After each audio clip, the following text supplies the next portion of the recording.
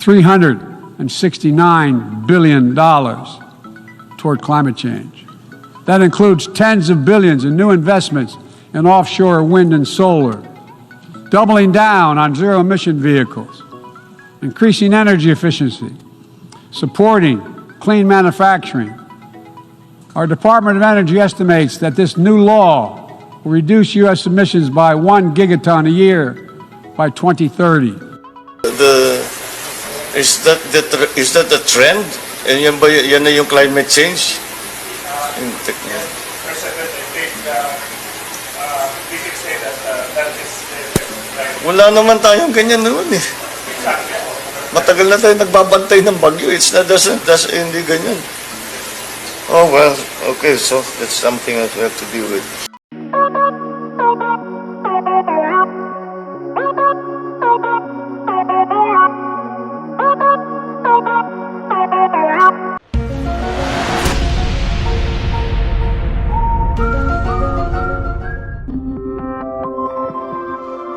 Nakaraang isang linggo, habang tayo ay naghahanap ng paraan para tulungan ang ating mga kababayan na nasa lanta sa bagyong una sa Rolly, tapos yung sumunod na Ulysses, ay ang ating Pangulo naman, habang tinatrabaho niya ang mga pagtulong, ang mga relief, ang pagdala ng mga engineer doon sa iba't ibang lugar, ay siya'y kasama sa isang meeting ng ASEAN. Napakaganda ang kanyang positioning na ginawa para sa atin mga Pilipino.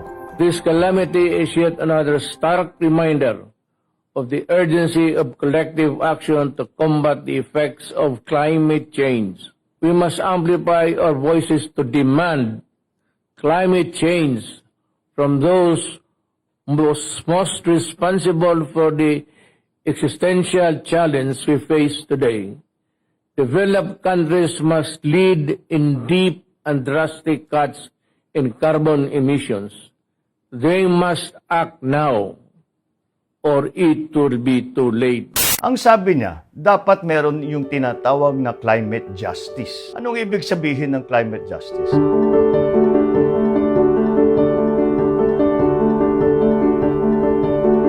Madalas pag-usapan is carbon emissions. Ayaw natin maglagay ng maraming carbon sa ating atmosphere dahil nagbabago ang panahon. Ang sinasabi ng ating Pangulo, tayo dito sa Pilipinas, ang buga natin ng carbon, pag ikumpara mo sa buong mundo, wala pa tayo sa 1/3%. Ngunit tayo naman ay isa sa pinaka-delikado dito sa mga pangyayari sa climate change. Bakit? Kami pa ang magbabayad para sa buga ng ginawa ng mga mayayaman na bansa. Ang pinakauna ngayon sa buong mundo ay yung dalawang pinakamalaking ekonomiya, China at saka United States. Sinasabi nga ng ating Pangulo ay dapat naman siguro kayo ang gumawa nitong problemang ito. Yumaman na kayo sa inyong ginawa. Dapat naman tumulong kayo dito sa amin na maliliit, na hindi pa yumaman. Ayaw na namin magbuga ulit. Kagaya ng ginawa ninyo, tulungan nyo kami para magawa natin ito, para masalba natin ang buong mundo. Yan ang magiging polisiya ng iba't ibang bansa, na kung sino man ang pinaka-nakinabang at sino man ang pinaka-malakas na mag-pollute sa buong mundo, sila dapat muna ang tumulong doon sa maliliit lang naman. Sana maayos ito para maging pantay naman. Ang kayang gawin ng Pilipinas, kayang gawin ng ibang maliliit na bansa, at yung kayang gawin ng mga malalaking bansa na siyang naging sanhi nitong problemang ito. The Earth's climate is changing. There is a need to mobilize the capacity, the knowledge, the tools, the political and financial support, and the scientific expertise to increase resilience to climate change through adaptation. Dapat na natin baguhin ang ating pag-iisip, ang approach, ika nga, sa climate change. Sa ngayon, kailangan na natin tanggapin na ang climate change ay nandito na. Tumaas na ang tubig ng dagat. Nag-iba na ang takbo ng panahon. Ang tawag dito sa mga usapin dyan sa climate change is adaptation. Bibigyan natin ng halimbawa. 1 degree increase in the temperature, 10% ang mababawas sa ani ng bigas. bawat taon. How do you adapt to that? Ang gagawin ninyo, pag-aaralan ninyo na mabuti yung bagong varieties na mas matibay na pwedeng ilipat o pwedeng gamitin kahit na uminit ng konti, kahit medyo tuyot ng konti ang lupa, ito ay nabubuhay pa rin. Yan ang mga trabaho ngayon ng ating mga researchers. Yan ang tinatawag na adaptation. Gawan natin ang paraan para hindi malubha ang maging epekto sa ating mga tao, sa ating mga kababayan.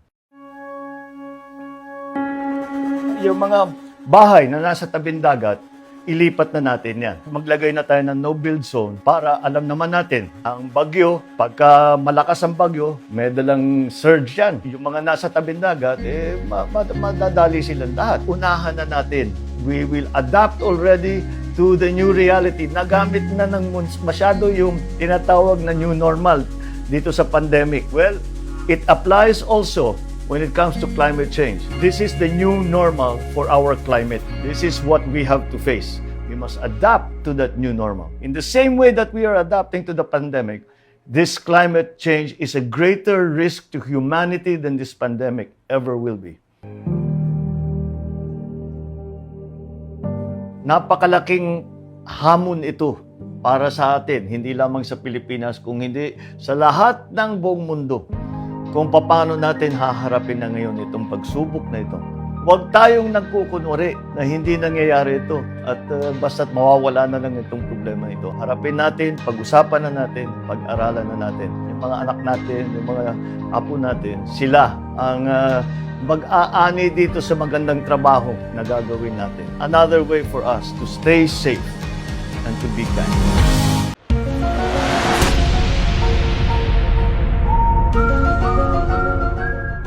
Today, history once again calls to us to make these choices. We are confronted by tectonic shifts that will inform the ebb and flow of this coming century. Of these, I see 4 challenges to the continued survival of our global community. First is climate change. The time for talk about if and when has long since passed. It is here. It is now. Climate change is the greatest threat affecting our nations and our peoples. There is no other problem so global in nature that it requires a united effort, one led by the United Nations. The effects of climate change are uneven and reflect an historical injustice. Those who are least responsible suffer the most. The Philippines, for example, is a net carbon sink. We absorb more carbon dioxide than we emit. And yet, we are the 4th most vulnerable country to the effects of climate change. This injustice must be corrected, and those who need to do more must act now. We accept our share of responsibility and will continue to do our part to avert this collective disaster. We call on the industrialized countries to immediately fulfill their obligations under the United Nations Framework Convention on Climate Change and the Paris Agreement, to cut their greenhouse gas emissions, provide climate financing, and technology transfer for adaptation for the most vulnerable and developing countries, to lead by example. We look forward to concrete outcomes at the Conference of Parties in Egypt later this year. When future generations look back, let them not ask why we did not take this opportunity to turn the tide. Why did we continue in our profligate ways until it was too late? This threat knows no borders, no social class, nor any geopolitical consideration. How we address it will be the true test of our time. And our foundations are strong in the U.S.-Philippine alliance, which is of critical importance. For decades, the alliance has strengthened both of us, I believe. And one of the things I want to talk about today is how we continue to strengthen that and work together on the things that are of greatest concern to you. Today, I look forward to discussing the opportunities for a wide range of issues, including COVID-19 recovery, energy security, renewable energy. I was impressed with the work you did on windmills and a whole range of other things. You and I both think that's the future. We can do a lot. We can do a lot together. I'm desperately interested in making sure we do.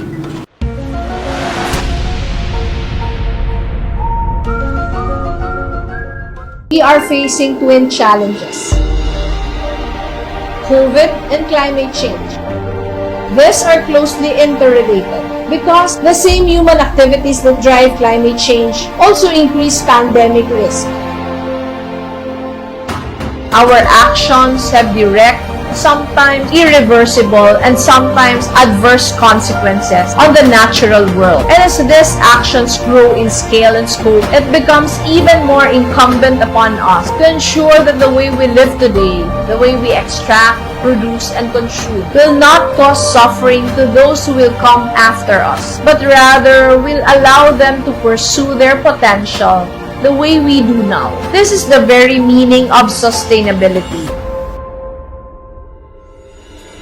The task then is not only to continue, but to intensify our efforts, strengthen our networks, and find more avenues where we can collaborate and work with others.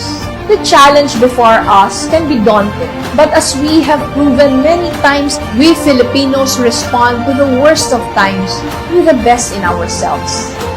Harmonize your efforts, dream, plan, and move towards bigger goals dahil napakarami pa nating pwede at dapat gawin. Mula sa pag-promote ng community-based solutions, o di kaya sa paggamit pa ng mga bagong teknolohiya tungo sa mas sustainable na pamumuhay. Bawat inisyatibong ito, malaki ang naiaambag. Bawat hakbang, nagsisilbing pundasyon sa sabay-sabay nating pagtugon sa mas malalaki pang hamon na hinaharap ng kalikasan.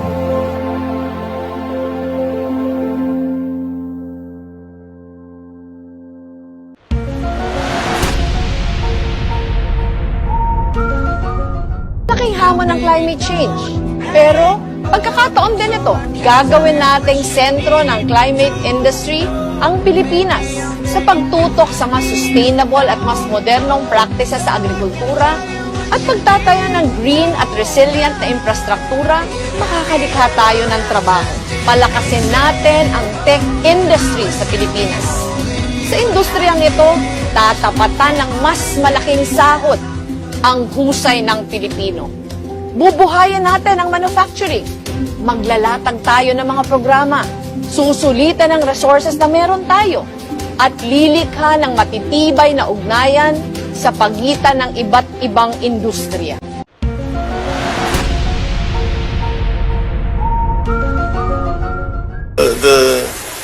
Is that the trend? Yan ba yan na yung climate change? President, I think we can say that that is the climate. Wala naman tayong ganyan noon eh. Matagal na tayo nagbabantay ng bagyo. It's not hindi ganyan. Oh well, okay, so that's something that we have to deal with.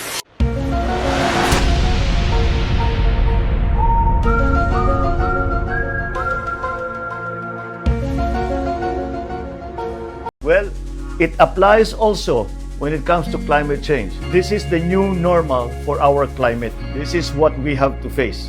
We must adapt to that new normal. In the same way that we are adapting to the pandemic, this climate change is a greater risk to humanity than this pandemic ever will be. Huwag tayong nagkukunwari na hindi nangyayari ito at basta't mawawala na lang itong problema ito. Harapin natin, pag-usapan na natin, pag-aralan na natin. Yung mga anak natin, yung mga apo natin, sila ang mag-aani dito sa magandang trabaho na gagawin natin. Another way for us to stay safe and to be kind. Is that the trend? Yan ba yan na yung climate change? Wala naman tayong ganyan noon eh. Matagal na tayo nagbabantay ng bagyo. It's not hindi ganyan.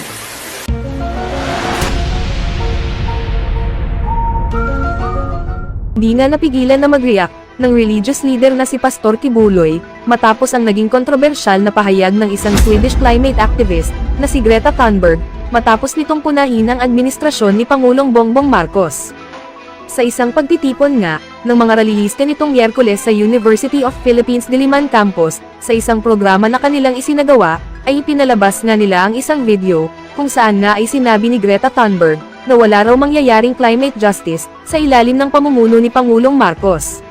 Nabanggit nga rin ni Thunberg, na nakikiisa raw siya sa mga biktima ng martial law, at human rights defenders, na naghahangad raw ng democratic rights at climate justice. Saad pa ni Thunberg, there can be no climate justice under Marcos. We stand in solidarity with martial law victims, seeking justice for human rights defenders, who seek the democratic rights of the people, and climate justice. Wala nga raw makakamit na climate justice, sa ilalim ng administrasyon ni PBBM, na itinuring din niyang isang pasistang leader. Dahil nga dito, ay hindi nakapagtimpi si Tibuloy na bumuwelta kay Thunberg, sapagkat paano raw naging pasista ang administrasyong Marcos, gayong majority raw ng mga Pilipino, ang siyang pumili at bumoto ng mga politiko, na nais nilang maglingkod sa bansa. Ani Pastor Tibuloy, when you make an accusation like that, prove something, about what you have accused. How did we become fascist? So easy to say, climate justice cannot be achieved under fascism. Dagdag pa niya, you're just mouthing hot air, so that, you can just say something and be quoted. Ayon nga kay Pastor, hindi raw dapat makialam ang mga banyaga, katulad ni Thunberg, sa politika ng Pilipinas.